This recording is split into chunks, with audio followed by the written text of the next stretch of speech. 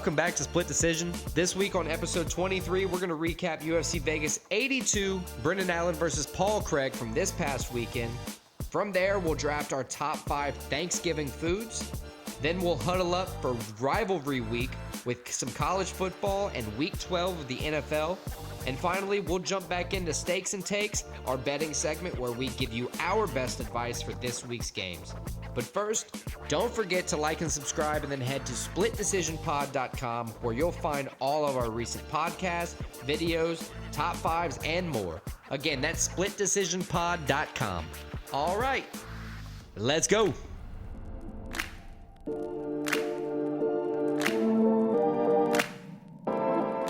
All right, UFC Vegas 82 from this weekend. This was kind of an underrated card. There wasn't a lot of talk about it, but man, it overperformed the hype, definitely. There were a lot of, on the main card, some great finishes, some good competitive fights, entertaining fights. I don't think there was a boring one in the whole main card. No, there wasn't. In the entire card for UFC Vegas 82, I think there was only 4 or 5 decisions.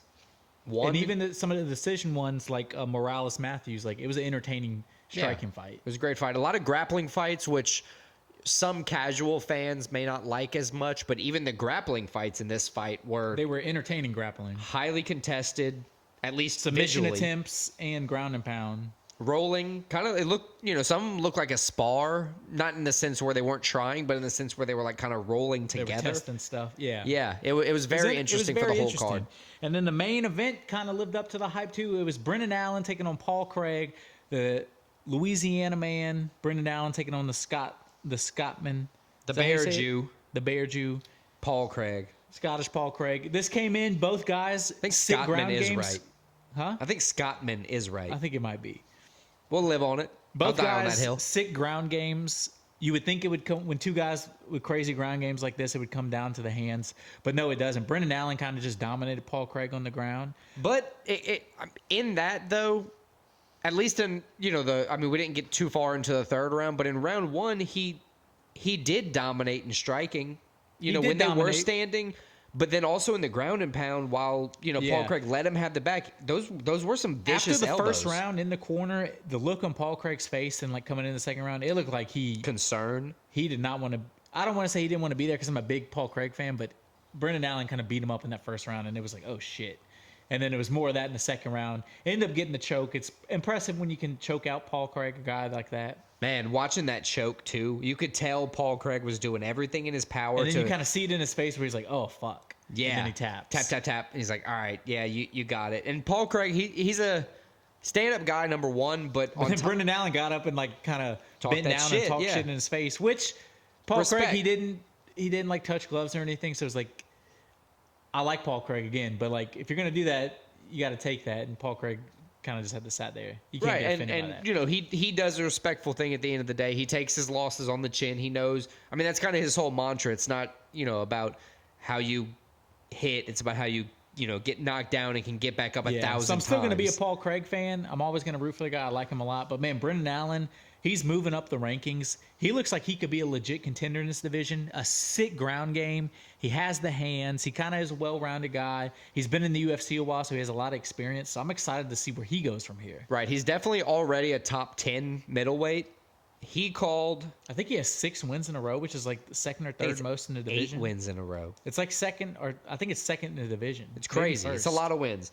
So, top options for him, I think Marvin Vettori, Paulo Costa. I would like to see Jared Cannonier.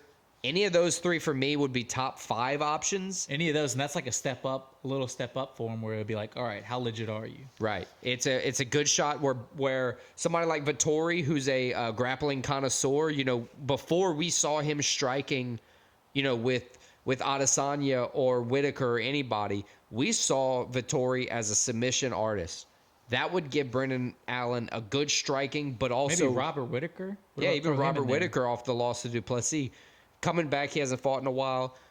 This is not the NFL. Brendan Allen didn't take any damage, or not a lot of damage. He looked good in the fight. Very good. I mean, this is one you could turn around in like 3-4 months. Fight in January, February, easily, in my opinion. I'd be excited to see any of those options mentioned, but definitely top 5 is in his window.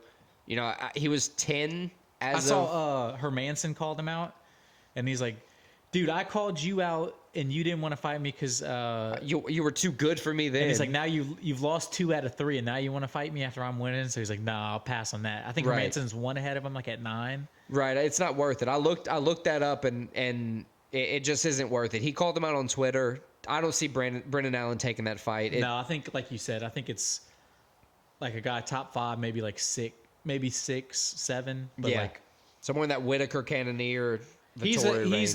He's gonna fight somebody where if he gets an impressive win, you could argue maybe a title shot. Absolutely. All right, so then next we're going to go straight into the co-main. That was Michael Morales versus Jake Matthews. Michael Morales has some of the cleanest striking. He's a fun guy to watch. I have to agree he's great with on the feet. Paul Felder with his commentary. The dude was not sweaty deep into the fight. Yeah, like pretty much at the end of the second round, it was like he's finally like he's breathing. I think he's at least glistening a little bit. Yeah, it's like you finally see something on him. It's weird that that's the thought process that like normally you go 5 minutes in and they're like these guys are sweating their asses off. They're completely like even if you're well conditioned, you're breathing heavy because it's a high octane moment. Michael Morales stayed cool, calm, and collective. But on the flip side, we saw how durable Jake Matthews was for the entire fight. Like, and he Morales, stayed in it. We thought he was going to, it was heavy odds. We thought he was going to win it early with a knockout. We thought he was going to. It looked like first round Morales was going to knock him out. Second round, he won the second round too, but you'd say it was a little more even. Probably like 10, 9-9, 10-9. You could argue that Jake Matthews could have won the second. I would say third round's the one you could most argue he won the second. Absolutely. I think one scorecard had it 30-27 Morales. The other 2 had it 29-28 Morales. Correct. So I think I didn't look at the judges' scorecard, but if I had to guess, you'd give the first 2. If you scored at 29-28, it was first 2 rounds to Morales, third round to Matthews. So credit to Matthews. He got stronger as the fight went on. But yeah. I don't think anybody watched that fight and thought Jake Matthews should have won. No, I don't believe so either. Jake Matthews did. I'm thinking of the mashed potatoes. He thought of moving forward. He stayed moving forward the entire fight. Like I said, durability. He's a veteran. He's had a lot of UFC fights, especially compared to Michael Morales. For sure. So, do you think Michael Morales deserves a top 10 opponent next? He's 4-0 in the UFC. He's 16-0 total. I don't know top 10, but I think definitely a ranked guy. So like I would give him somebody like 13 to 15. Okay. Yeah, so I didn't have a specific fighter lined up for like a top 50 because he's still new, right? It's proving ground when you're early. And he's still young too, so like they don't want to rush him in because you don't want to ruin. Because you had UFC and MMA, you can overcome losses, not like boxing. But if they have a chance to market this guy and like 3 or 4 fights as an undefeated guy, that's more marketable. So I think the UFC is always conscious about that. So I don't think you just throw him out there quite yet. But he's definitely, especially in the welterweight division. He's definitely moving up the ladder. Right. He should be fighting a ranked guy soon. Maybe his next fight, if not his next fight, if he moves to 17-0, 5-0 in the UFC, I think at that point they'd be forced. Yeah, then you kind of got opponent. Kind of like what happened with Sean O'Malley. Right, he just kept knocking people for out a while, and it was like, okay, we got to. Yeah, you can't feed him people. At some point, you can at first, but like at some point, you're like, how good is this dude? Right, exactly. Let's figure it out. But yeah, so we move on to the next fight: Chase Hooper, Jordan Leavitt. This total grappling match. I think it only lasted like 3 minutes. Yeah, it was the first round finish, 3.5 minutes, something like that. It ended with a Chase Hooper choke submission over Jordan Leavitt. But this was a fight. Both guys, like I said, it was a grappling match. Both guys grabbing legs, grabbing ankles. 2 minutes, 58 seconds. Going for submissions. They were rolling. It was entertaining rolling, entertaining positioning. I mean, as a grappling match, that's about as entertaining as you can get. Yeah, dude, this fight had like 4 significant strikes.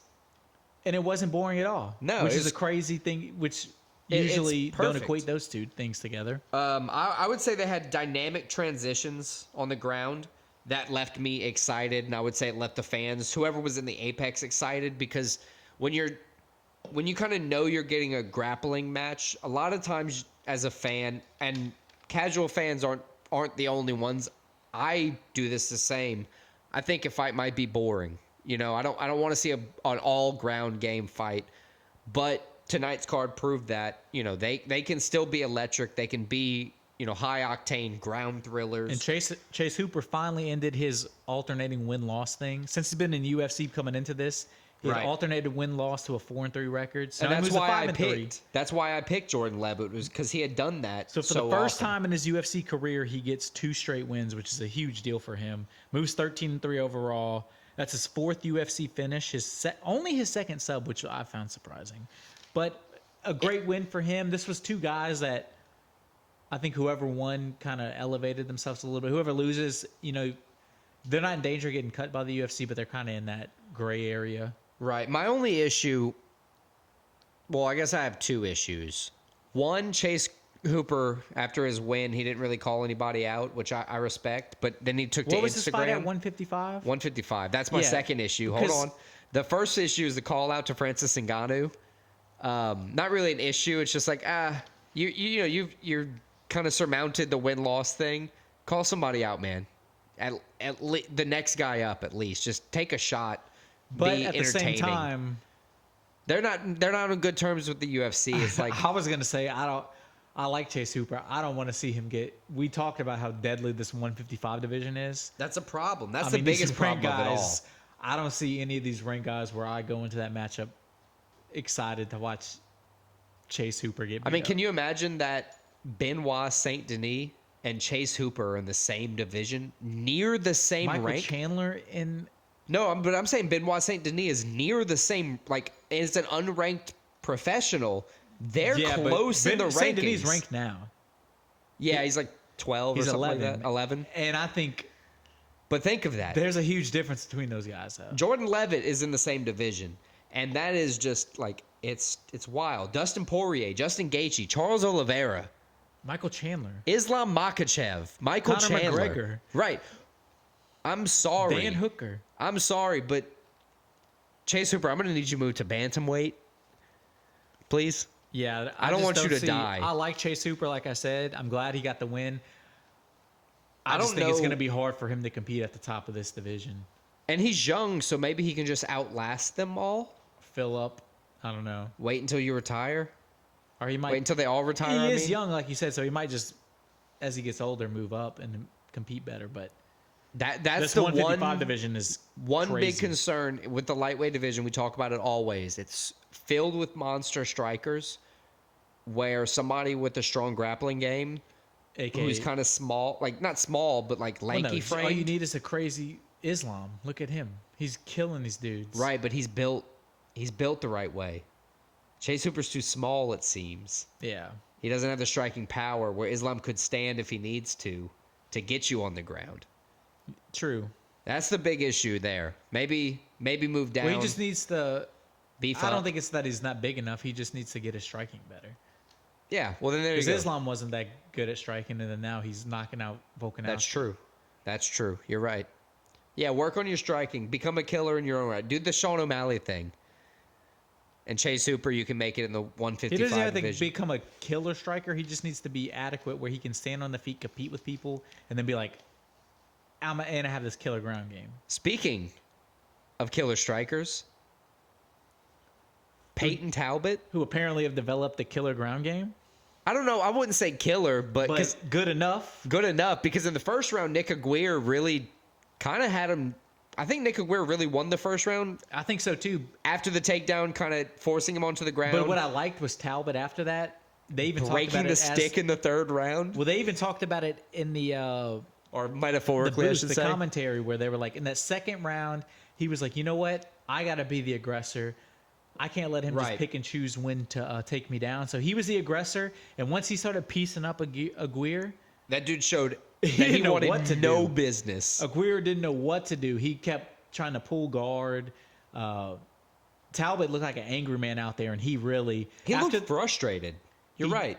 After that first round that I think he lost to, he really turned it on, and he went to another gear that Aguirre just didn't have. He got his first career submission. Yeah, so after a resilient attack from him, he won the second round, kept it more striking, hurt Nick Aguirre, even if he didn't visibly stumble him, but it showed that Nick Aguirre didn't want any business with the striking. That's a good debut for like as your debut performance Absolutely. for Talbot, I mean that's exactly what you want. A little adversity, but you responded so well. Like no, And then you got your first, like you said, first career submission. He only called for a striker in his next opponent because he wants to show off his striking skills. Like I understand which I get wanting that because he's not ready to move. I mean, when you go climb after the ladder a yet. submission guy and then you submit him and you're not a submission guy, I think you deserve a striker if that's what you want. And he's not ready to climb the ladder yet. So like, build this dude up. Yeah, Give him favorable came in as a matchups. -900 favorite, and he won by something that he's never won by. I think it was an impressive performance. Like I want to see that guy fight again. Right, hype train him for sure. Build him up. Take your time with him. This is one of those guys. It's 135 pounds.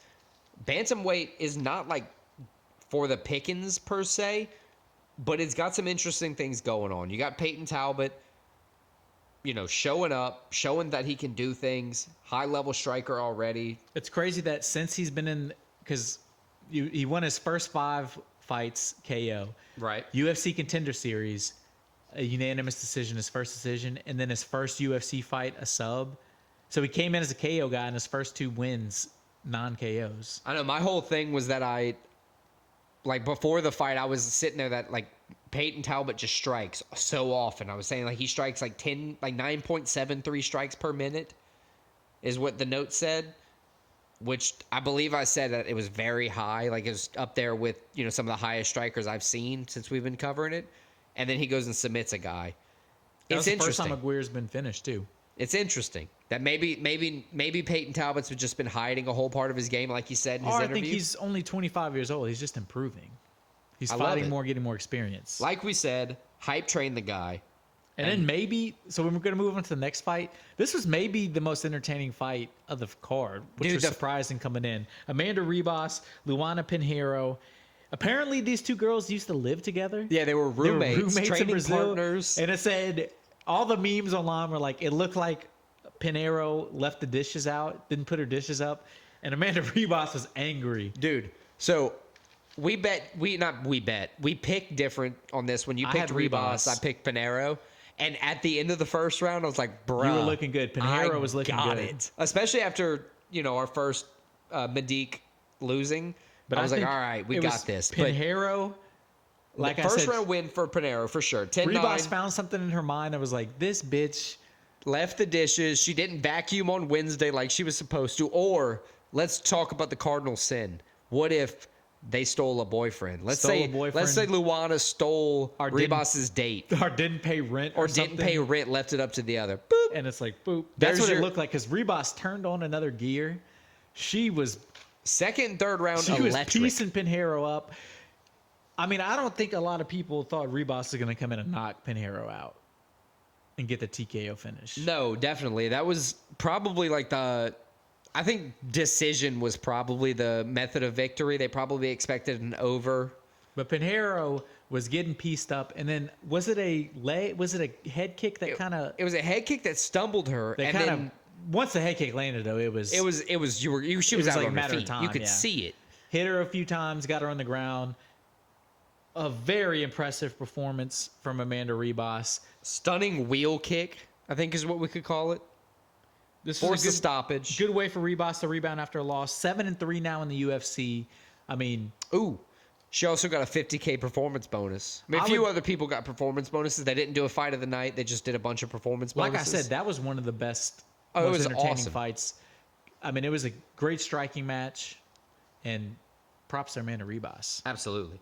So the opening of the main card was a last-minute scheduling. Johnny Parsons was out with an injury, so we filled in with Miktabek Orobai, welterweight division. Kyrgyzstani.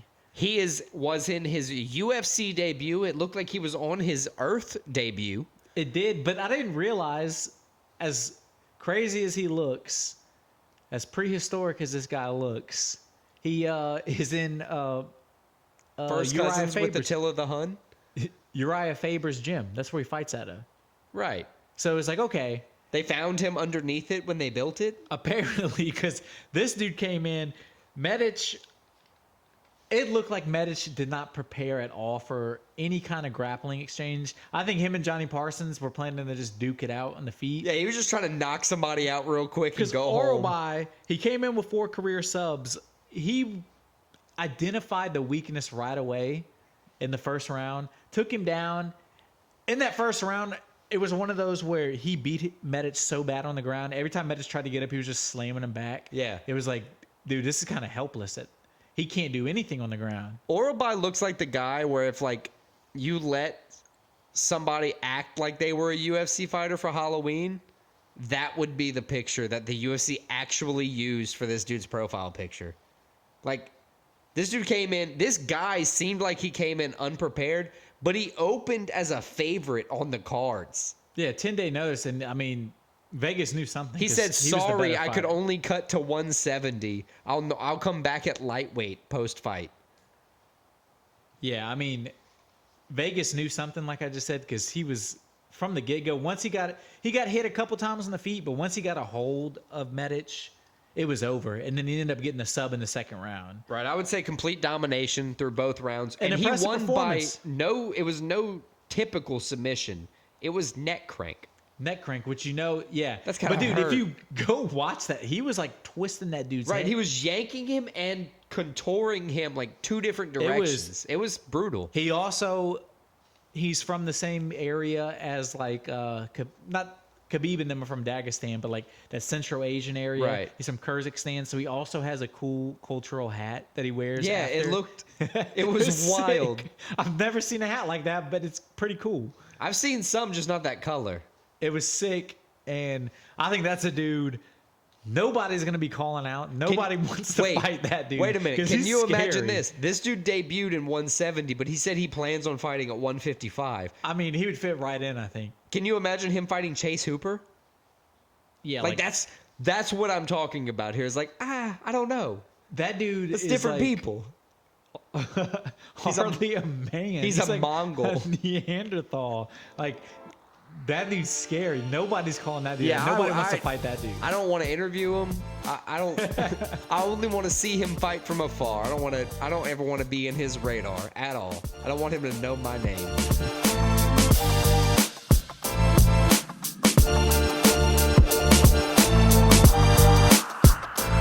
All right, so this week for a top 5, I think it's pretty obvious what we're going with. It's Thanksgiving week. We're going to go top 5. Best Portuguese. No, I'm kidding. Top 5 Thanksgiving foods. I'm sure you could have guessed it. This is one might be controversial to some people. I think Why? I just think this is something people have strong opinions on for some reason. Oh wait, sorry. My bad. I thought you were talking about your first pick. I think my first pick will be controversial, but I think just in Why? general, this is going to be a list of things. No matter what happens, some people are strongly going to disagree with her. Yeah, picks. there are what you would call crazy people. I get it. And this might be a crazy pick. I think there's an obvious one that everybody would think of when they think of Thanksgiving food, but I'm not taking that one. I think I'm actually going with, as the first pick in the draft, since it is my time to go first, congratulations. I'm going with the Thanksgiving ham. Oof. Man, I that think is elite. specifically like that spiral honey baked ham where the outside is sweet. I think that is such superior over the other obvious protein in when you think of Thanksgiving. I mean, it's good. There's a little bit of sweetness to it. It goes with everything. It's juicier. I mean, have you ever had a dry ham? Man, ham is good. I love a ham, specifically at Thanksgiving time. I think it's the best food you can have at Thanksgiving. I'm going with the ham, specifically the spiral honey baked ham. Ham is great, bro. I feel like they only put the good hams out on Thanksgiving. I don't they think only, but I think that's when they prime them. I think you can get them all the time. You gotta ask for them though, You got to ask for them. They're just not like. or you they gotta just go know- to a place. They just know this is the prime time season for them. You know, like, hey, take 3 lefts and then 4 rights, and you'll be there. And ask for a guy named You'll Jose. be my ham plug. Yeah, I need a ham plug year round. But no, ham is definitely an elite pick.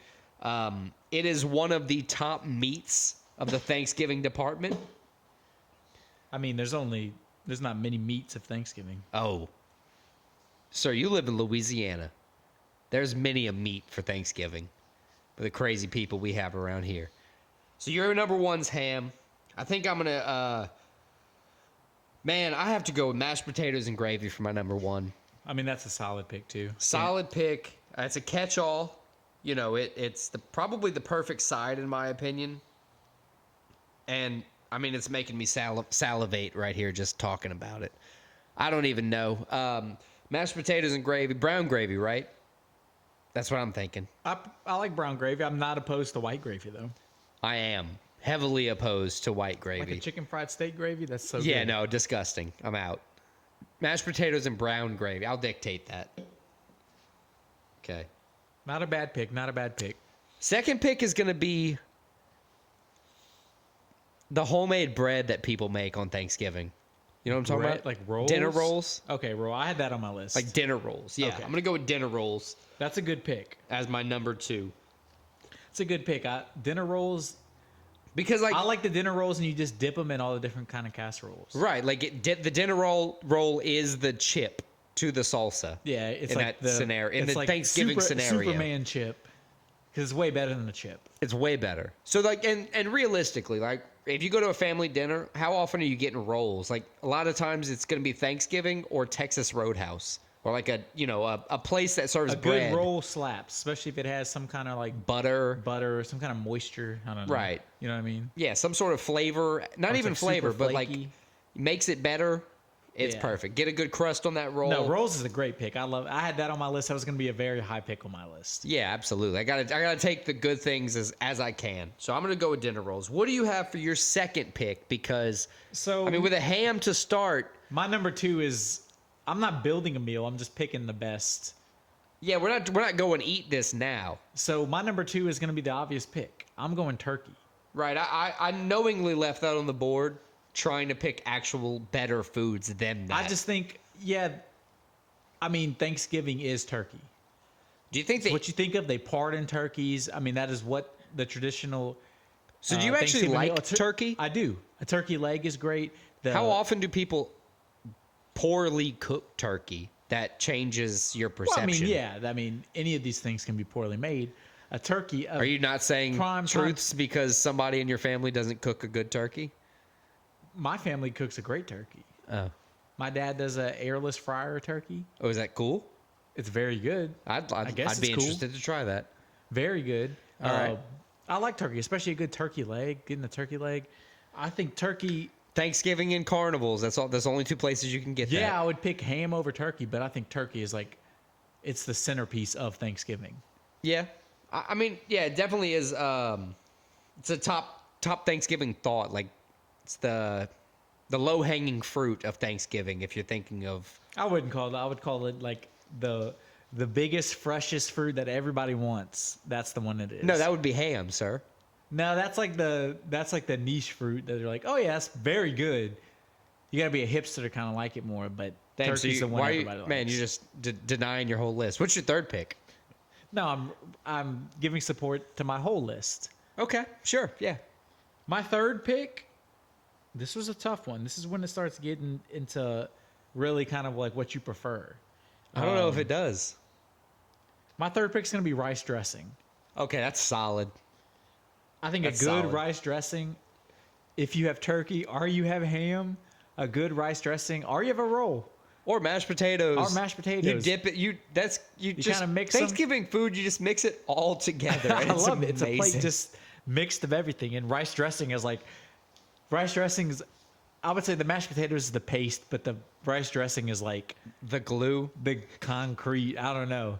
The rice dressing is a must. A good rice dressing just sets like your whole Thanksgiving meal to another level. Because it's kind of like the base. It's like either the base. a rice dressing or a stuffing, right? That's something with another Rice- carb that's not a mashed potato. Yes. I get it. So rice dressing is my number 3 pick. That's a solid one. Rice dressing is a very solid pick. But I think for my number 3, I'm going to go with another side. I've already got the mashed potatoes and brown gravy, and I've got dinner rolls. I think I'm going to go with a mac and cheese. Ooh, that is a good one. I didn't have it on my list. I don't know how I left it off, but that's a great I pick. didn't have rice dressing on my list because I just wasn't thinking about it like that. But I think mac and cheese is a very solid pick, just because it's that other carb. It's that when somebody makes a good homemade mac and cheese, we're not talking craft. We're talking a Thanksgiving mac and cheese. The only time of the year where people actually care about the meal they're making, or at least act like they care about it, because they have to present it to other family members, not just their 8-year-old. The mac and cheese gets better. It's almost like Chick-fil-A made it half the time. Mac and cheese is a solid pick. It's hard to fuck up mac and cheese. In my house, when I bring mac and cheese to an event, it is actually from Chick-fil-A. I just cater it because I'm not trying to buy that. They make it better than I could anyway. No, I get that. So You're just lazy, but I get it. yeah, but I care enough. But mac and cheese, that's a good pick. That's your third pick? Third pick is mac and cheese. My fourth pick is going to be the turducken. I mean, that's not a Thanksgiving food. Like, That is 100% a Thanksgiving food around have here. you ever had a turducken? Yeah, How many times? 3. All around Thanksgiving, sir. It's a turkey with a duck breast shoved in it. I think now we're just like making shit up. I know it's a real thing, but like, Yeah, but I'm not making it up. that's not a Somebody made it up traditional- long before me. that's not a traditional Thanksgiving. So I mean, yeah, you can pick Are you it, but, like, vetoing my pick? I'm not vetoing. I'm letting you pick it, but like, what are we doing here? That's a There's plenty of Thanksgiving foods on the table that aren't turducken. Turducken? a turducken. Is it Frankenstein? That's what it is. It's a monster for real. It is a high quality. It's got to be the most like gluttonous The- like, entree you can think of. It's just stuff something in another thing and then in another. Okay. Like, So they're all birds. Have you ever seen that meme where it's like the man saying that milk is at like you can drink milk out of a cow for the first time? They like walk in on the barn and he's like under the cow. He's like, y'all should try this. They're like, whoa. Yeah, that dude's a weirdo. Imagine the first dude who thought of putting a turkey and then sticking a duck inside of the turkey and then sticking a chicken inside of the duck inside of the turkey. It's just so gluttonous. That's why All those Thanksgiving. things are very good on their own. Thanksgiving is a gluttonous meal. Is it not? It is, but like that's just like over the top. That's just like a slap to the face gluttonous. You're not even pretending. A turducken is a... So that's your number 4. My number turducken? 4 is a turducken, sir. My There's number nothing 4 you can do to combat that. My number 4 is going to be a classic side, green bean casserole. Oh, I got that on the list. I mean, it's so good with a little like almost kind of like crumb topping to it. Nowadays in the store, they sell the the green bean casserole toppings to put on the green bean casserole to make it crunchy Oh quicker. yeah, it's either like- breadcrumbs or it's like dried onions. Like It's dried French onions or something like that. and it's good as fuck. No, it is, yeah, just absolutely. The topping is too. By Absolutely. the way, but green bean casserole, I think it's a classic thing. A lot of people like it. It's actually a way that makes green beans taste really good. Right, otherwise they're just kind of meh.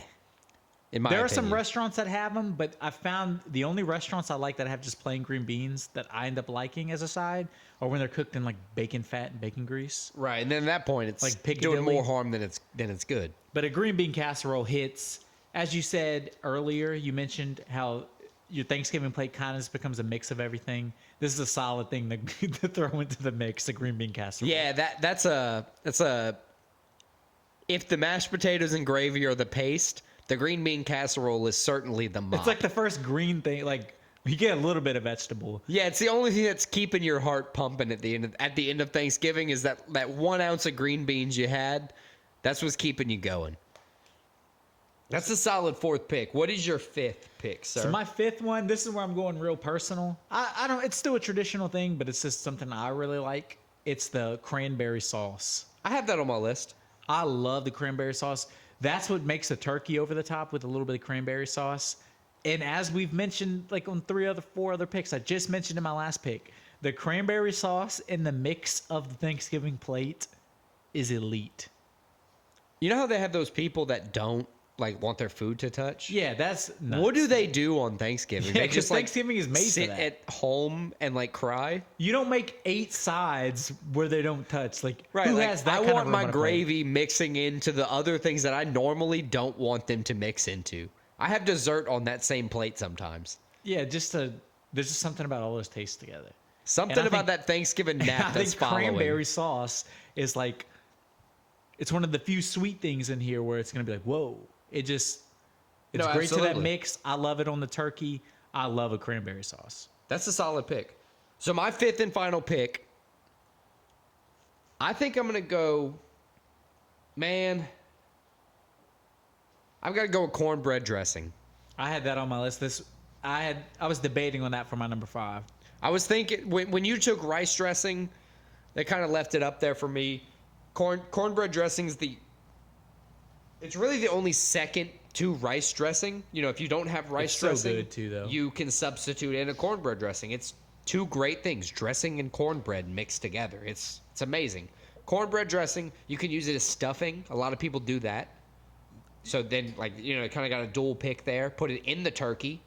It's always good. Put it in the turducken even, if you want to be Now like we're just- crazy. yeah, stuffing Stuff the 3 turducken with. animals that are already stuffed together. We're gonna stuff them with rice and another meat mixed in there. I know this feels like the casting couch. It's crazy. So yeah, I'm gonna go with cornbread dressing That's for a my solid final pick. pick. You know what's surprising? Neither of us took any desserts, which there are a few desserts I had on my list. What do you have on your list for desserts? I had pecan pie, pumpkin pie, sweet potato. I got pumpkin, sweet potato. I got fruit salad, candied yams, apple pie. Yeah, like all those things. They were definitely in the play. Seriously, I think any time of my life when I'm gonna eat a pie, probably the only time I'm gonna get it is Thanksgiving. Just like My mom last week, I asked specifically. She made me pie? a chocolate pudding pie. oh, that's different. Dude, it was so That's good. different. That's different. That's a solid pie. So my top 5 Thanksgiving foods, to go over them again. Number 1, ham. Number 2, turkey. Number 3, rice dressing. Number 4, green bean casserole. And to top it off, number 5, cranberry sauce. That's a solid top 5. And mine are number 1, mashed potatoes and gravy. 2, dinner rolls. 3, mac and cheese. 4, the gluttonous turducken. And 5, cornbread dressing.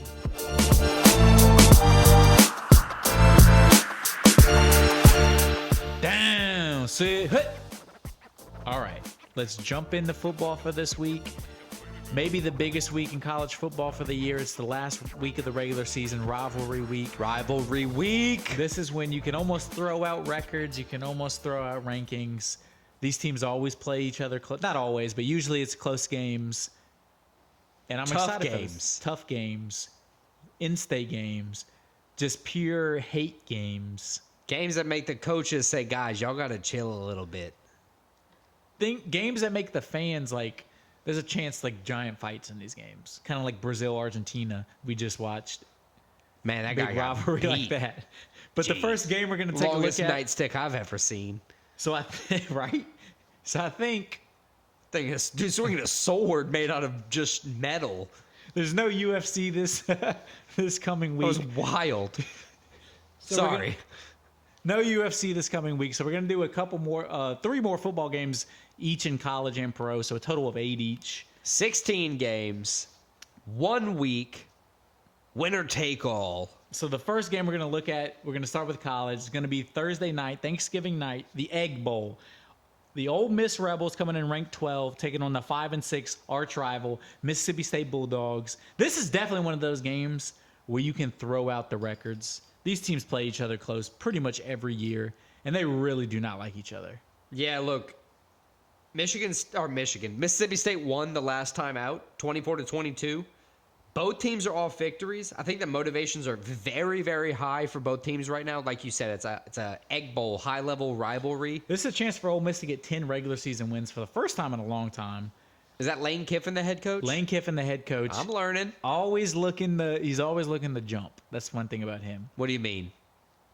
Always looking like physically? Every big time job that's going to open from here on out, he's going to be like the name they throw out there is Lane Kiffin in the running. He became a pretty big media personality this season, right? He's always been. He was like the youngest in it. He was the Raiders head coach like 10 years ago. Right, He was but like he was 35. So I actually looked that up today. He had like 6 total wins in 2 years or something like that. Yeah, it was like he Pretty definitely. They just he was too young to do it. And their team he was probably walking into a bad team already that he was trying to rebuild. But outside of that, He has Ole Miss for stout offense. I mean, a great offense. They're 12 ranked nationally, I mean, their only recent loss is just getting drum rolled by Georgia a couple weeks ago, which I understand. it's understandable. Right. At Georgia. I still think Ole Miss wins. We have a 450 money line, minus 450 money line with them. Mississippi State needs this to get to a bowl game, so if they lose, they're out of a bowl. I mean, 5 and 6. Do teams get bowl games at losing records? No, you have to Tied have 6 records? wins to get a bowl game. That low? 6 and 6 is the minimum. Oof. A 6 and 6 SEC team would 100% get a bowl game. If my favorite college team was 6 and 6, I wouldn't want to go to their bowl game. That would be disappointing. It depends what kind of program you are. Maybe. Anyway, Mississippi Ole Miss Rebels favored by 11.5, over at 55.5. What do you think is going to happen for this one? You know, the game's at Mississippi State, so I think it's gonna be a close game. I don't know if I found it at 10.5. I don't know if I'm taking Ole Miss at 10.5, but I think Ole Miss gets the win. They get their 10th victory of the year. I agree. I think the Rebels are gonna win. I don't know I was gonna come in here with some hot takes and everything, but I did not think about rivalry week being as contested because I am traditionally not as well versed in college football, so I'm going to just stave off of sounding like a jackass here, and I'm just going to pick the Rebels and move forward. All right, so the next game we're going to look at, not necessarily a rivalry game, but it's a huge game in terms of conference play. It's the 8-3, 7-0 in the American Conference, Texas UTSA, University of Texas San Antonio, taking on the 23rd ranked Tulane Green Wave, who come in 10-1, 7-0 in the American as well. This is a game, winner goes to the American Conference Championship game. Tulane has a chance to move to 11-1. They went to the, I believe it was the Cotton Bowl last year. They got to a Big Six. They have a chance to do it again this year. This is a huge game. 2 teams that are winning a lot right now. Yeah, and 2 teams that are really have no business being in the top 25. Like Tulane, they never hold a candle to Georgia, right? Last year they were a top 15 team last year and they beat USC in the bowl game. This is the second year in a row. Like a UL type situation where they're just going to keep popping up in the rankings every so often, and they're better than we think, or at least than I think. The Raging Cajuns have ever been. Really? The Okay. past 2 years. Awesome. Tulane is a legit team. UTSA is as well. I think this is going to be a very close game. I think the game's in New Orleans, and I think that's going to be the deciding factor. I got the Green Wave winning. So I have a couple questions before I make my final determination. So Green Wave's defense is, based on the stats, are only allowing 18.55 points per game, so just under 19 points a game. They've really been playing well lately. Especially on defense. But do you think Michael Pratt is going to handle the ball better? He threw 2 interceptions last week. You know, he's a veteran guy. He's a senior.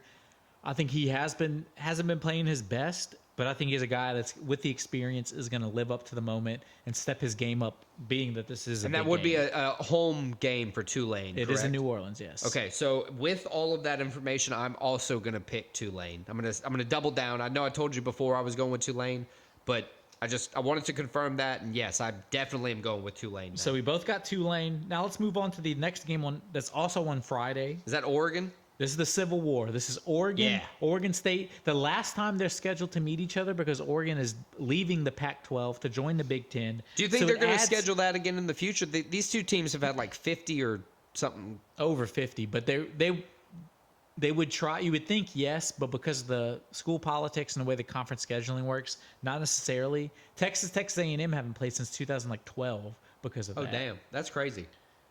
So for this one... So this is going to be a rivalry game that has a little bit extra juice to it. It's always a close game. There's going to be a little bit extra juice to it. Why is that? Because it might be the last time they're playing. Oh, that's for a why. long Okay, time. yeah, There's yeah. no scheduled rematch. Sorry, I thought there was another thing on top. Well, So they they are go playing for in- the Platypus Trophy. I found that out. Platypus, it is duck and beaver, so that's kind of like a mix between the two. That's why they call it platypus. Yeah, I read that one has the platypus has the beaver tail, but with a duck bill. So that's neat. So this game is in Alton Stadium. It's at Oregon. The Oregon Ducks 10-1, 7-1. They're a team. If they win, I think they're already going to the Pac-12 championship. But they have a chance. They win this game, then they beat Washington in the Pac-12 championship. They're pretty much guaranteed a playoff spot. And they're taking on the Oregon State Beavers, 8-3, 5-3 in the conference. They've had a good year. It's got to be hard to go play the Ducks at home, though. 13.5, the Ducks are favorite. I don't think it's going to be that. I think it's going to be a much closer game, but I do have the Ducks winning. DJ Ugalele, I'm sorry if I pronounced his name wrong. You know, his brother is a defense. ukulele. I think it's more right. His brother's a defensive lineman, a defensive end for Oregon. So, that's And the dad made a comment like, it would be really cool to see it's him his younger sack him. brother. Yeah, he said that. It was like, I don't want to say it's going to happen, but That would be it would be a sick. special moment if his Yeah, younger it brother really would. sacked his older brother. Ukulele sacked by Ukulele. Yeah, I mean, it would be. yeah, absolutely. So look, he needs to protect. If Oregon State's going to have a chance to win, Ukulele needs to protect the ball. They came so close to beating Washington last week. The pick. I mean, I know you can't just count it on one turnover, but a turnover does not help you. I mean, Oregon State defense held Washington scoreless in the second half. Right. Washington just was able to withstand it. But like I said, I think this is going to be a very close game. Bo Nix and the Ducks were able to sit early last week, so they should be rested. But that's not necessarily a good thing. I It's think not the always Ducks a are good going to thing. win. I do too, but I think it's going to be much closer than 13.5. I think it's going to be like a Like- 3-point Ducks win. Oh, I was going to say like a touchdown. Probably like not a last-second score, but a score with like a minute left. I'm thinking like 41-38. Okay, yeah, fair A enough. little high scoring. Because Oregon State's going to need to score some points to keep up with Oregon. So what's the next one we got? We got the Buckeyes versus Michigan. The game. Maybe the best game of the entire college football regular season. Two unbeaten teams coming in, Number both two 11-0. Number 2 versus number 3. Biggest rivalry in college football. Very close on the odds. There's a cheating scandal going on with Michigan. The winner of free this Harbaugh. That's Harbaugh right. is suspended, correct? Yeah. Oh God. The Took my winner of shot. this goes to the Big 10 championship game. The loser does not. The winner, I mean, one of these two teams are definitely going to the playoffs. High-level talent too. If it's a close game, both these teams might end up going to the playoffs out of the top 4 teams. This is just the game of the year. Is this one of the ones that Alabama has implications with, that like can get them into the playoffs? Well, they just need Alabama. They need a needs, shit show. No, not really. No? all It's they need possible? is one of these teams is going to drop down. Obviously, yeah.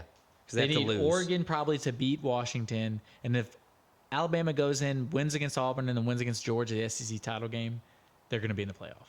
Okay. Well, it's a lot. Honestly, if Alabama, no matter what, if they win, They have a chance. they win, they're going. The SEC champ is going to the playoff. Okay. Fair enough. No doubt. But anyway, this is a huge game. At Michigan, 3.5-point favorites. Michigan's won the last 2 games after, I think, Ohio State won 8 or 9 in a row. Listen, Michigan is favored for the first time since 2018. This is what I looked up today. But Ohio State won that game 62-39. Yeah, So last time Michigan was favored, Ohio State beat the shit out of them. R.I.P. Dwayne Haskins. He threw like 6 touchdowns in that game. R.I.P. And Dwayne Haskins. he's like 6 touchdowns, like 400 yards. He That's crazy. destroyed Michigan. So, like, I we have a think- whole bunch of talent in this game, too. We got Blake Corum. We got Marvin Harrison Jr. Both going to come out, 2 separate teams, going to just be, stunning on either side. But 2 different total mentalities. Michigan is a run it down your throat. They're going to run Right. the ball on you.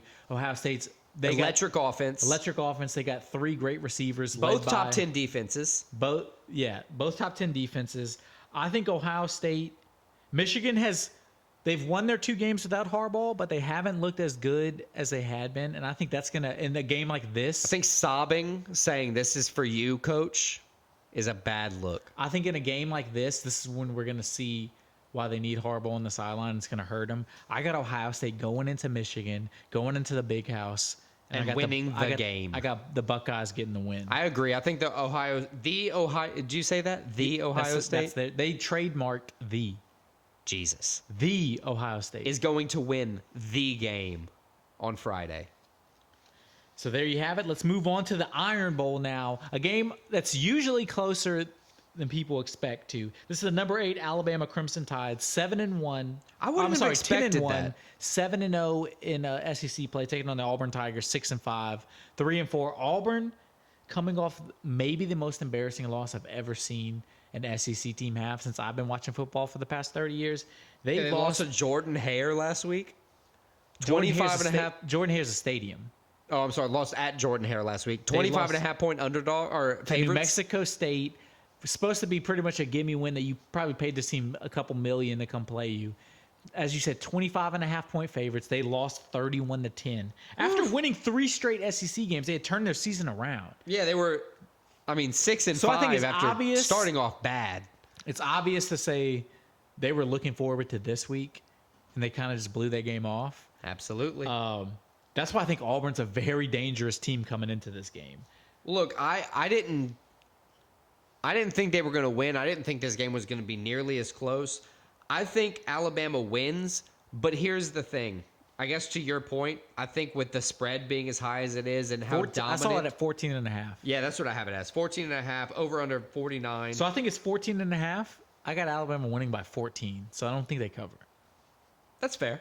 Yeah, give them plus 14. I think it's like 34. Auburn plus 14. 34-20 or something like that. Right. Just because. Yeah. Auburn's had a pretty dominant season for their wins so far, but they've also. I mean, they're 6-5. This is. I meant Alabama. I'm sorry. Alabama's had some pretty dominant wins for their season throughout the year, but you've kind of convinced me that it's going to be more contested than I think. This game's usually pretty contested. All right, so the next one's going to be the Texas A&M Aggies taking on, at home, final game of the regular season, the LSU Tigers. And the Heisman, officially this week, the Heisman favorite. Finally in the talks. Jaden Daniels. I mean, his stats, if you look at them, it's not Why were his they fault like kind of snubbing him from talking about him as like. I mean, his stats are unbelievable. Right, but like up till the final week of the regular season, it took you to realize that this dude's a monster. Yeah, I mean, he's a monster. So far, like not so far, but throughout this season. A&M, this is their second game without Jimbo Fisher as the head coach after they fired him. And that still netted them like $50 million. Over based on that check. It's like 70-80 million. Right. So that's fine. This is a game LSU, since Texas A&M has come into the SEC, LSU's kind of dominated them. I think A&M's won once, maybe twice in the past 10 years. I think it's going to be more of the same. I think LSU comes in. They're hot right now. I think this is the kind of team they can come in and beat. I think it's going to be a lot like the Florida game, a lot like just a game where it's close at first, and then this LSU offense is just a little too much. The LSU's defense, realistically, the way their offense is playing, probably needs like 2 or 3 stops, and then they're going to win by 2 or 3 touchdowns. Yeah, the Aggies being double-digit dogs makes sense to me here. I think LSU is going to win by more than 10.5, especially with Jaden Daniels playing like an absolute savage. Yeah, I think he puts his stamp on the Heisman this week. That's exactly what I was going to say. I think he does what it takes, whether it's, a couple rushing scores from him or throwing it, 500 yards through the air with 4 touchdowns. I think he's going to put all of that because that's what he's been doing. That's true. He could do both. He could put together 7 touchdowns this week and give LSU the 9-3 season. Although I do believe that Aggies are going to be able to score against LSU's poor defense, which is what has lost them the 3 games they've lost. But I think LSU's going to win this week for sure. All right, so let's move on to the Apple Cup. This is Washington State. The Huskies come in number 4, undefeated, 8-0. Already clinched their ticket to the Pac-12 championship game. Put some respect on that record, sir. Finally, the playoff committee moved them up to number 4. I mean, it's in their hands right now where they just got to win out. They're going to the playoffs. But they're taking on a pesky Washington State team coming off of a huge win against Colorado where they beat the shit out of the Buffaloes. After 4 straight losses, it kind of halted the losing streak. Their win away, they could do 2 things right here. They could ruin their arch rival season. They could. Undefeated season, and they could qualify for a bowl game with They got to be riding high after their win over the Buffaloes. Like, that gives you a lot of motivation. Even if you thought that you could win coming in, doing it, beating Coach Prime, that's a big name to have going into an undefeated matchup against the number 4 ranked team in the nation. So I think this is another game where this spread is 16.5 for Washington in their favor. It is not going to be that big of a difference in this game. I think Washington wins. I think the Huskies win, but I think it's going to be a lot like their last couple games where it's pretty close the whole way through. I'm going to say Washington by probably like 6 to 8 points. Man, do you think the 68.5 over or under is going to hit? I feel like this is an under type of game, but I still feel big Penix energy, so I'm going to have to go with the Huskies. Yeah, I got the Huskies too. I'm thinking just with the way they've kind of been playing, I'm not going to say low scoring because they've had some high scoring games, but they have an under in them. Like a 30-22 game. Yeah. Huskies win. Yes. All right, and this will probably be this is 8 final game for Florida, or college game day for us. Florida State Seminoles versus the Florida I think they call Gators. this one the Sunshine Showdown, I think. Sunshine Showdown. The S's. So this is another game. Florida State undefeated, coming off of a win, but they lost their star quarterback. Lost Jordan Travis, so His we got leg Tate was on Rodenmeyer. sideways. Rodenmeyer. Florida State, their team, if they go undefeated, they win this game and they beat Louisville in the ACC championship game, you can't not put them in the playoffs at undefeated. And they're taking on the Florida Gators, who come in 5-6 playing for a bowl game. Florida Gators lost 4 in a row. This is the same as the last matchup we just had, where it's a team where you're playing your arch rival, where you have a chance to ruin their season, undefeated season, and make a bowl game. So there's a lot to play for Florida. Question is, do they play for it? They didn't play horrible last week. They competed with Missouri. But I think Florida State comes in, and I think they figure, even with a backup quarterback, That's the biggest question. I think they figure out a way to get a win. That's kind of like the storybook ending for the Gators, is that it's possible to win this game against the number 5 ranked Seminoles, but solely because Jordan Travis is gone. You know, like it hurts them in a way that, you know, the whole team can change, because it's hard to prepare for just 1 week. The next week out, you know, it's one thing being thrown in the game and riding high off the momentum and winning, but it's hard to prepare for just 1 week and go out and execute. I still think the Seminoles are going to win, but I think it's going to be a close game, and I think that the kind of lines have already started to show that, where Florida State's only favored by 6.5, less than a touchdown, you know, only days before the game. I think it's going to only get closer leading up, but I do think Florida State wins. All right, so that wraps up our college football talk for the week. Let's move on to the NFL. And the first game we're going to cover, Thanksgiving morning for us. Woo. I think it starts at like 10:30, 11 a.m. It's the traditional game. It's the Detroit Lions hosting the Green Bay Packers. The Lions, 8-2, somehow one of the best teams in the NFL. The funny thing was, they said, I get it, though. The first time they're 8-2 since the 1960s. The funny thing was, that was before segregation. That was also JFK was president. That's how long ago it was since the Lions were this good. Damn. Look, Jordan Love, for lack of a better term, he's been a middling quarterback so far. He hasn't been horrible, but he hasn't won them many games, and he hasn't been great. And then Aaron Jones goes down last week, which, you know, he's not like the number 1 running back, but he was a good passing option. But I mean, the Packers Jordan Love figured out a way to get a win against the Chargers last week. So I mean, right? But I think the Chargers are a kryptonite in their own right for themselves. I think Still the a hard Lions are team to going to beat. continue just rallying behind their coach. I love Dan Campbell. He's awesome. He gives everybody the motivation. So he went to Texas A&M, and Texas A&M is looking for a new coach, and they asked him about it. And he said, "I'm going to do everything I can to help Texas A&M, But except coach there." That's funny. It was a great quote. I think we have a big day set up for David Montgomery. Packers defense hasn't been that great this year, and I think we're going to be able to run all over him with David Montgomery for the Lions. That, with a couple passing attacks from Jared Goff, I think is going to spell the win for him. I don't know if they win by more than a touchdown like the line suggests, but I don't think they get upset at home. Yeah, I got the Lions too. So let's move on. Thanksgiving night. NFC West showdown, 7-3 San Francisco 49ers division leader taking on the 6-4 Seattle Seahawks.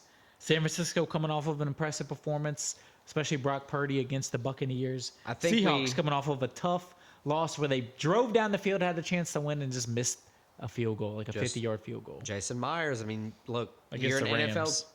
You're an NFL kicker, but you can't. You got to make a a 50. I know it's 55. It's a long one, but like You got to make it. you got to make that. Your team drove you into They position. gave it to you. They didn't give it to you, but they put it in your corner, and you missed it. Yeah. Look, the 49ers, I think they're gonna come out with the most dynamic offense in the NFL. They've shown that through and Brock through. Purdy looked amazing Back last to week. last season form. 7-3 is a crazy record for what I would imagine is now the second or third best team in the NFL. I mean, they've been the second or third best team in the whole season. They just had a tough stretch. They did have a tough stretch. But they started like 5-0. But look, you got people on that team like Brock Purdy, Christian McCaffrey, George Kittle, Brendan Ayuk, Deebo Samuel. But then you have somebody like the Seahawks who have been playing up to That was only everybody. offensive guys, though. Look at their defense, too. Right. The defense is just... They also have the best offensive tackle in football, Trent Williams, the 49ers. Yeah, they're just built. I'm only talking about offensive weapons because those are the guys putting up the points typically. But you're right. The defense is unquestionably good. The offensive line is doing its job. It takes a unit, and San Francisco's putting it together. Seattle, though, they're a force to be reckoned with. Geno Smith came out of nowhere last year, put on a performance, and 6-4 for this season isn't anything to scoff at with how football has been going. I think the 49ers win. I don't know by how much, but I think it's going to be an over-styled game, over 43 points, with the 49ers winning. I got the 49ers winning. I think it's going to be tough going into Seattle, but I think they figure out a way to get the dub. So let's move on. One of my favorite teams, not one of my favorite teams, my favorite team. Say it with your chest. My favorite team taking on their biggest rival, the New Orleans Saints. Big 5-5, NFC South leaders somehow, taking on the team right on their heels. 5-5. Taking on the team right on their heels, the 4-6 Atlanta Falcons, their arch rivals. Both teams coming off of bad losses. Saints, they only lost by 8 to the Vikings. They've had a bye week since then, but 8 the to game the wasn't Vikings, that close. Man, it's the They were Vikings down like just have their 27-3. number, huh? And then the Falcons, embarrassed by the Cardinals. Embarrassed. Kyler Murray's back though. Kyler Murray is back. That's what you got to remember, but still. Little running, small man running around like crazy. I mean, I think this is going to be just a game of so. who Is Derek wants it Carr more and coming who's back? not going to fuck it up more. He's in concussion protocol. They're playing on Sunday, Playing on Sunday. so he has like 6 days to come back. Is he going to play? What do you think? If not, you got eating the W's, Jameis. I mean, I don't know if that would be better or worse. What do you think? I think it's neutral, totally different, but neutral. Desmond Ridder for the Falcons. Yeah, they went back to neither team has Well, quarterback. Taylor Heineke's hurt as well. So back to Ridder. I think with all these changes, at the very least, if Derek Carr can't play, Jameis Winston has been in the program long enough. I think he can pull it off. I agree. pick Saints win. I think the Saints have a better defense, and I think they figure out a way to win the game. Saints would be 6-5, have a one win lead on the division. Give them a little bit of breathing room. Be a big win if they get it, especially division-wise. So let's move on. Now your favorite team, taking on the other team in the Saints division, the 4-6 Buccaneers. Which we kind of need the Colts to win here. We both need the Colts to win. Right. Taking on the 5-5 Indianapolis Colts. Colts coming off of maybe the ugliest NFL game I've ever watched. They Dude. went to Germany and beat the Patriots 10-6. Somehow still as bad as Mac Jones played. Still, The Patriots had a chance to win the game. yeah, like you just had The to do entire something. You just had to do one thing the whole game, and either team wins. And we just didn't fuck The it up Bucks as coming off much. of a tough loss to the Niners. They lost by 13. It really wasn't that close. Look, Niners and had their honestly, number. I didn't come into this season with a lot of expectations. We had Jonathan Taylor, who was kind of hurt in contract talks, didn't know what was going to happen. Then Anthony Richardson was going to be the rookie. We didn't know how he was going to be. Then he got hurt, out for the season. Now we have Gardner Minshew, which he's an electric guy on the offense. He's a really pump up. He's a motivator. He's a locker room guy at the very least. He'll win you some games. We just need to find a way to beat the Bucks here. We need Baker Mayfield to stumble like we've seen him stumble. We need Baker to be Baker. We just cut Shaquille Leonard. I think that's going to be good. It's going to free up some ability. Give a younger guy a chance. I know Shaquille Leonard's only 28, but give a guy who's been performing better a chance to come out and show his stuff. I think the Colts win. Baker Mayfield's been middle of the road, and the Bucks have lost 5 of the last 6. And all that sounds good, but I'm making a last-minute change to my pick right here. Oh no! I had the Colts. there's something that tells me Tampa's going to come in. Baker's going to do enough. Hasn't been playing the best. I think this is a game where he comes in and like, oh, okay. Where he kind of, because he comes in waves. You heard it here first. So I got the Bucks going in Indy. I would like them to lose just because it would help the Saints, but I think the Bucks going in Indy get the win. That's fair. So moving on to another divisional game. Maybe the most surprising good game. Like if before the season, if we would have said 7-3 Jags, 6-4 Texans, like the best. CJ Stroud might be that dude. One of the best matchups of the entire weekend. Absolutely. You have a bunch of matchups where it could be like the good team just slaughtering the bad team. And this is a tough divisional matchup that has contentions. Stroud, I think he is that dude. He very well could be. I think he could be. Jacksonville, they beat the shit out of the Titans last week. They pretty much cemented themselves. They as had a leader bad in the loss division. the week before, I think, to the Niners at home. But it's the Niners, so it's not a respectable loss, but it's better. Not the way they lost. They lost Right. like 37-3. But they came back after that loss, obviously with the vengeance. They took it out on the Titans. CJ Stroud on And the they're other taking hand. on CJ Stroud, who just continues. Fire He with leads the three straight NFL in wins. passing yards per game. Right. Almost Fire. 300. They didn't, and honestly, last week was his worst game in a little while, and they still figured out a way to win, which tells you this team is kind of coming together. My hook here, I think Trevor Lawrence is going to be a little bit more crafty. He was crafty in college. He's been crafty so far in the NFL, and I think the experience from him is going to cause him to kind of vibe with the odds and win. I agree. I think it's going to be a game where both quarterbacks play pretty well and kind of showcase themselves. But I agree with you. I think the experience, just being as a starter a little bit in the NFL, a little longer than CJ Stroud. Vibing with that offense a little bit more, playing with the guys a little bit more, being on that team, knowing them. I think that's going to matter a lot. Yeah, I think Trevor and the Jags figure out a way to get this one done and get the dub in Houston. So let's move on. Next game, the 7-3 Kansas City Chiefs coming off of a gut-wrenching loss against the Eagles where they really... That tush push is a bitch. But, I mean, it was a game where the Chiefs... Yeah, they had chances to win this game. They had multiple chances, but the Eagles did what it took to score the last points. And they're taking on the Vegas Raiders, coming in off a loss to the Dolphins. But I think they're 1-1 since they fired Josh McDaniels. Yeah. They at least have some... They have a respectable loss to the Dolphins. It seems like the team is happy Josh McDaniels isn't there anymore. And so most of the coaching staff is gone, actually. They have good vibes coming in. But I just think the Chiefs, coming off of a loss like they did... There's no way the Chiefs are losing 2 games in a row, especially to a division opponent. There can't be many times where Patrick Mahomes has lost 2 games in a row in his career. I think the Chiefs go into Vegas. I think they're winning by more than 9 as well. I do. I think they come out and they just perform well. I think Kelsey probably goes off. This is going to be an over 43 type game. I think this is going to be an absolute, Patrick Mahomes rookie... or whatever season was his best season last or 2 seasons ago. I'm going to say 34-21, 34-24. I think the Chiefs get the dub. And just an absolute stunning performance by Patrick Mahomes. Now let's move on to maybe one of the most interesting matchups of the week. Coming into the season, we said the Jags-Texans. Nobody thought that would be a good game. Beginning of the season, Eagles versus the Bills. In week 12 of the NFL, you'd say that was like a Super Bowl matchup. And the Bills have been shit. Bills have not been playing well, 6-5, but their first game since they fired their offensive coordinator, they put up 32 points against a good Jets defense.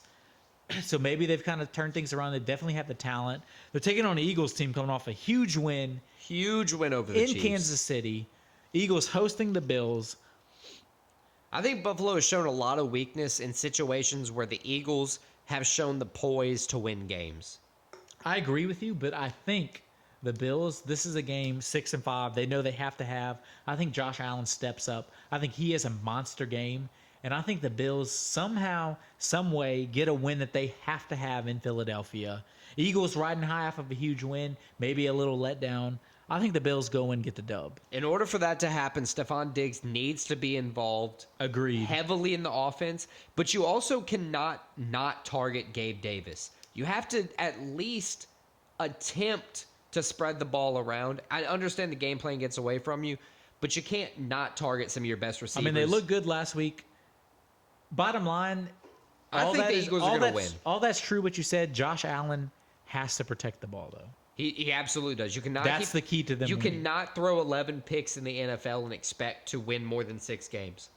All right, so the last game we're going to cover, another big game, the Baltimore Ravens, right now sitting at the number 1 seed in the AFC at 8-3, traveling cross country to play in LA against the Chargers, the 4-6 Chargers. The Baltimore Ravens are the quietest, best team in the NFL. Their team, not a lot of people are talking about, and they can definitely hang with anybody, especially the way they play. Right. They've been playing great, fantastic on the ground, not even needing Lamar Jackson to throw the ball more than 225 yards a game. It's amazing. But then last week he unloads. You know, he goes off, throws 2-3 touchdowns, 285 yards or something like that. He does what he has to do, even in a game where he doesn't have to do it, showing them the dynamic range of that offense. And then the Chargers, what is it, like Chokesville, USA? Yeah, Chokesville, USA is a good way to put it. I think Justin Herbert and Tony Romo are the same fantasy quarterback. That's All it. this is true that you said, but I'm making a late switch to my pick. Again? I'm making another late switch. I think the Chargers at home. This is the kind of game. This is what Justin Herbert does. He plays like shit. The team plays. He doesn't play like shit, but the team doesn't win games. But then they do just enough to draw you back in to make you think they're a good team. I think the Chargers, especially considering they're playing at home, Baltimore's traveling cross country. The Chargers have it in them. We all know they have it in them. It's can they do it? I think this is one of the games where they show that flash in the pan, like, oh, this is what that team could be, and they get the dub. Okay, a couple stats to support your Chargers,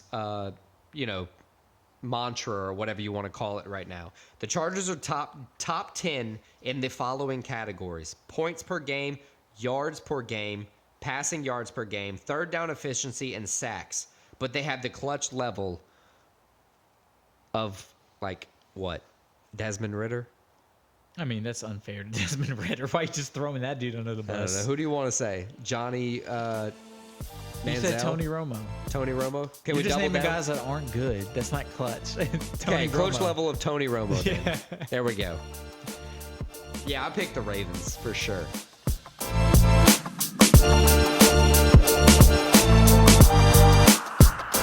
All right, welcome back to Stakes and Takes, our betting segment where we're going to kind of apologize for what we got. Well, I'm not going to apologize. I'm just going to tell you what I got wrong. And then we're going to try to get more things right this week than we did last week. Sounds good? I don't know if I can get more right than I did last week. Well, why don't you try to do better? Because you didn't do perfect. Didn't do perfect, but All right, nobody's so perfect. UFC Vegas 82. I went 3-3. How'd you do? UFC Vegas 82. I went 4-2. Okay. My 2 losses. The main event, I had Paul Craig. Obviously, Brendan Allen won.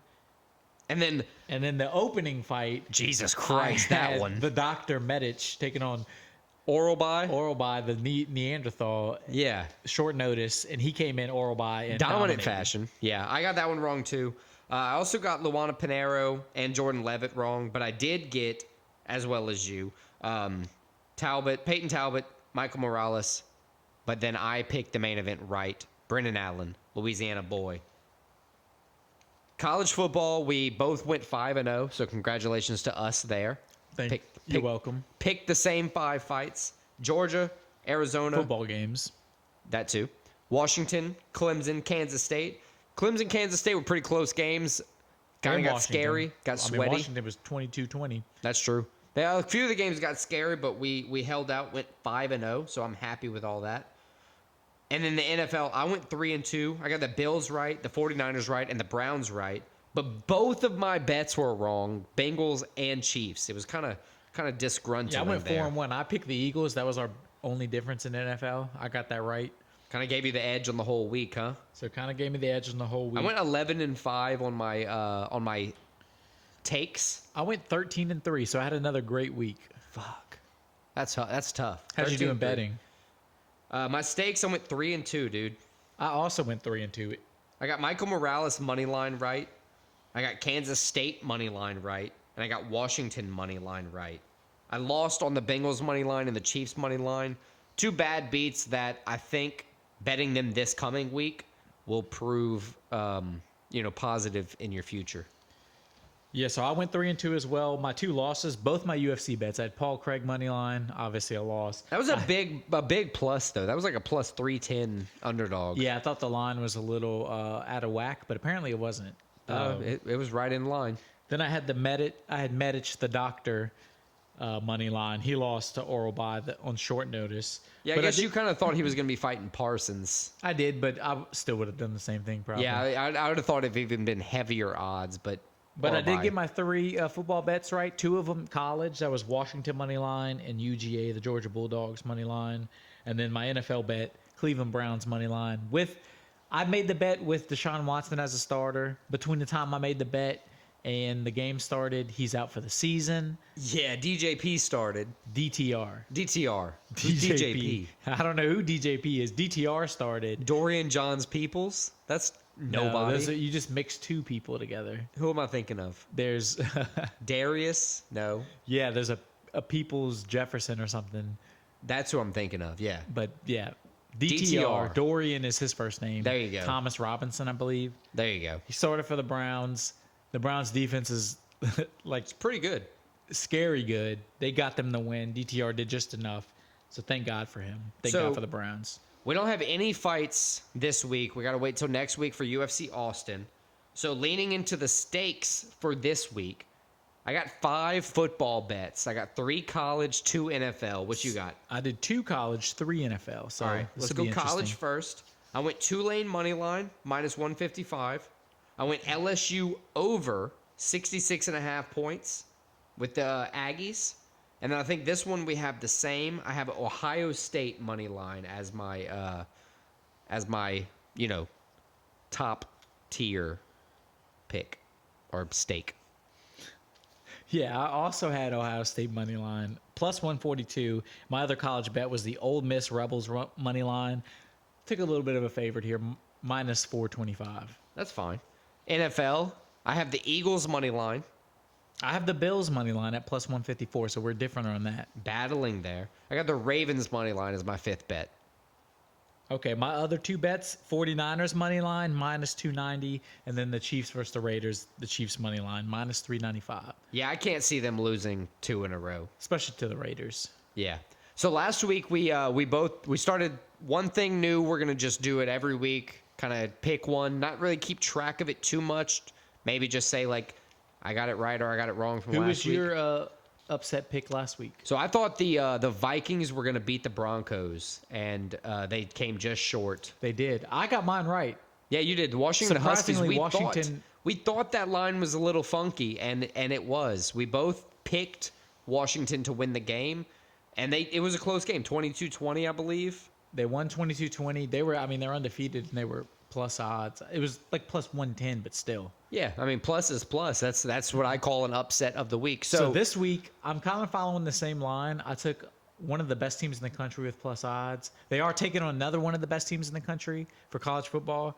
I have the number 2 Ohio State Buckeyes as my upset of the week, beating the number 3 Michigan Wolverines. Plus 142 is what I got it at. Yeah, I have the exact same thing. I thought with, the stats I saw, last time Michigan was favored in a game, they lost 62-39. I think the exact same thing. I think Ohio State is going to win this game, get the upset of the week for that plus 142 or 145 money line. Check us out next week on episode 24 when we preview UFC Austin, College Football Championship Week, and Week 13 in the NFL.